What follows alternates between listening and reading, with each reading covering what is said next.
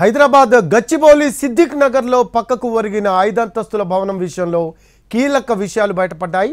50 గజాల స్థలంలో నిబంధనలకు విరుద్ధంగా G+4తో పాటు పెంట్ హౌస్ కూడా నిర్మించినట్టు గుర్తించారు.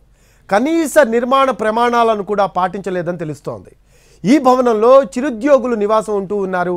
వారందరినీ ఖాళీ చేయించారు అధికారులు. పక్కనే మరో బిల్డింగ్ కోసం సెల్లార్ తవ్వడంతో నిబంధనలకు విరుద్ధంగా కట్టిన 5 అంతస్తుల భవనం పక్కకు ఒరిగింది. ఆ భవనాన్ని కూల్చివేసేందుకు ఇప్పటికే హైడ్రా డిఆర్ఎఫ్ బృందాలు ఘటనా స్థలానికి చేరుకున్నాయి. కాసేపట్లో భవనాన్ని కూల్చివేయనున్నారు. భవనం చుట్టూ ఉన్న ఇళ్లలోని వారిని ఖాళీ చేయించారు అధికారులు. 2 ఏళ్ల క్రితం భవనం నిర్మించామని అంటున్నారు యజమాని స్వప్న.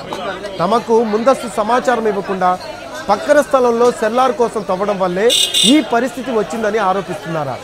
తమకు న్యాయం చేయాలని వేడుకుంటున్నారు స్వప్న.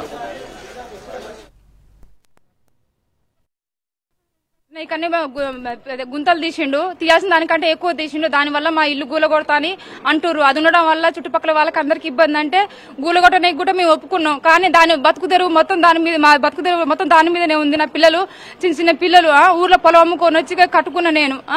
మరి నా పిల్లలు ఎట్లా చదువుకోవాలి, మేము ఎట్లా బతకాలి, మాకు న్యాయం జరగాలి.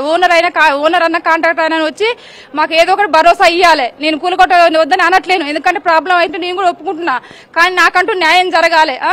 నా పిల్లలకు నా భవిష్యత్తు ఏంది, లేకుంటే మాకు న్యాయం జరగకపోతే మేము కూడా ఏదో ఒకటి చేసుకొని ఇది అవుతాం. అది సరే చుట్టుపక్కల వాళ్ళందరికీ మేము కూడా కట్టినాం కానీ పక్కన అయినా గుంతలు తీసినప్పుడు మాకు ఇన్ఫర్మేషన్ ఇవ్వలే. మాకు గుంతలు తీసినప్పుడు చెప్పలేదు. అంత లోతు తీసినప్పుడు మొత్తం 3 పిల్లర్లు ఇదైపోయినాయి. అది ఇప్పుడు మాకు చెప్పలేదు. మరి ఇట్లా పొరపాటున మిస్టేక్ జరిగిందని మాకు